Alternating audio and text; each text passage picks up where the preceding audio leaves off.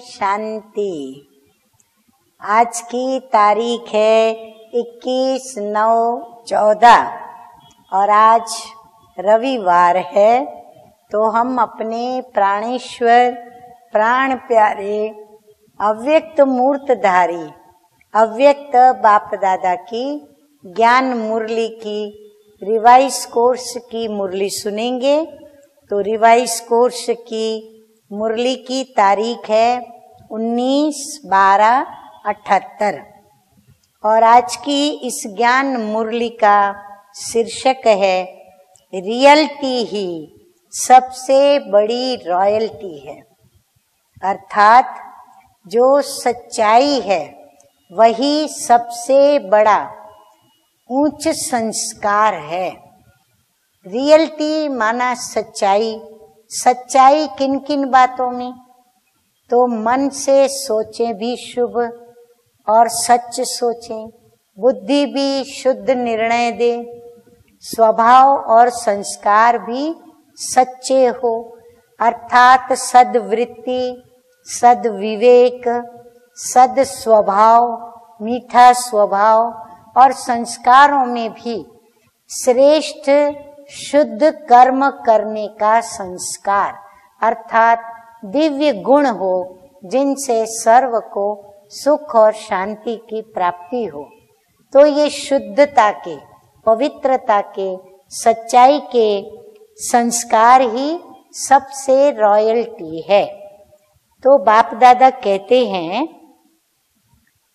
बाप दादा बच्चों को देख हर्षित होते हैं क्योंकि बाप जानते हैं कि यही बच्चे होवनहार हैं।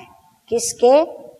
रॉयल दुनिया, जो सतयुगी राजधानी है, जहाँ सबसे रॉयल ते रॉयल पूज्यनीय श्री लक्ष्मी नारायण राज्य करते हैं, उस राज्य के होवनहार हैं। हर बच्चे के वर्तमान और भविष्य तकदीर को देखते हुए बाप दादा हर बच्चे की तस्वीर में तकदीर देखते हैं। ब्राह्मणों के वर्तमान फीचर्स से फ्यूचर को देखते हैं। बाबा क्या करते हैं? ब्राह्मणों के फीचर्स से बच्चों का फ्यूचर देखते हैं। हरेक बच्चा स्वर्ग का अधिकारी है।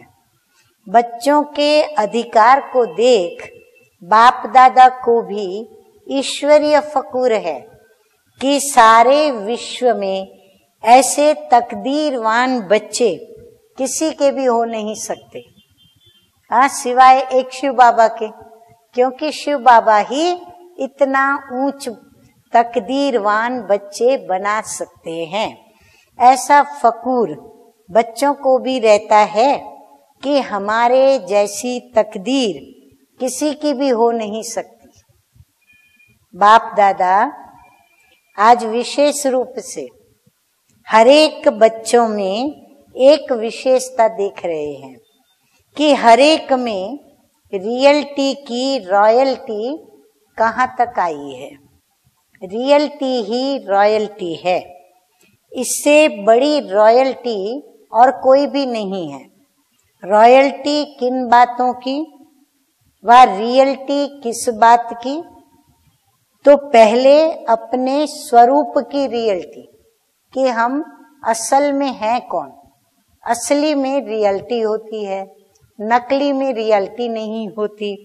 अगर रियलिटी अर्थात अपने असली स्वरूप की सदा स्मृति है तो स्वरूप की रियलिटी से इस स्थूल सूरत में भी अलौकिक रॉयल्टी नजर आएगी।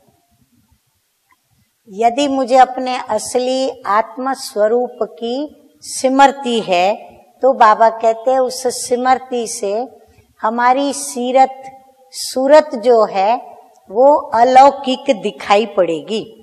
जो भी देखेंगे उनके मुख से यही निकलेगा कि ये इस दुनिया के नहीं हैं, लेकिन अलौकिक दुनिया के ये फरिश्ते हैं, अथवा ये स्वर्ग का कोई देवता उतरा है, ऐसे रॉयल्टी का उनको अनुभव होगा।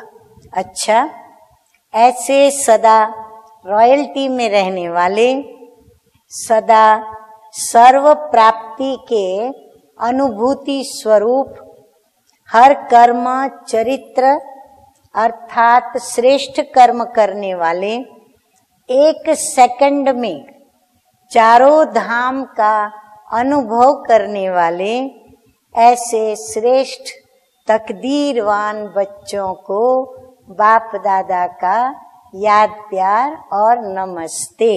हम रूहानी बच्चों का रूहानी बाप दादा को याद प्यार, गुड मॉर्निंग और नमस्ते नमस्ते।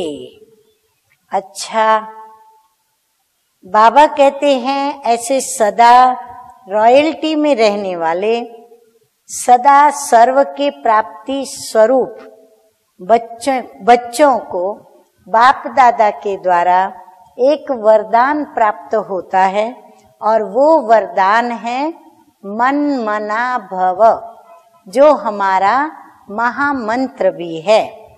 तो मन मना भव के मंत्र द्वारा मन के बंधन से छूटने वाले निर्बंधन ट्रस्टी भव। कोई भी बंधन पिंजड़ा है, जैसे पिंजड़े में कोई पंखी हो, पक्षी हो, कोई भी बंधन पिंजड़ा है। पिंजड़े की मैना अब निर्बंधन उड़ता पंछी बन गई। अगर कोई तन का बंधन भी है तो भी मन उड़ता पंछी है, क्योंकि मन मना भव होने से मन के बंधन छूट जाते हैं। प्रवृत्ति को संभालने का भी बंधन नहीं, ट्रस्टी होकर संभालने वाले सदा निर्बंधन रहते हैं। गृहस्थी माना बोझ, स्वयं को गृहस्थी समझना माना बोझ अनुभव करना। बोझ वाला कभी उड़ नहीं सकता, लेकिन ट्रस्टी है तो निर्बंधन है और उड़ती कला से सेकंड में स्वीट होम पहुंच सकते हैं। स्लोगन है, उदासी को अपनी दासी बना दो, उसे चेहरे पर आने न दो। बाबा कहते हैं भले कैसी भी बात हो जो उदास करने वाली हो, फिर भी बाबा की याद से उस उदासी को चेहरे पर आने न दें, तो बाबा कहते हैं कि उदासी क्या हो जाएगी, दासी बन जाएगी। अच्छा, ओम शांति।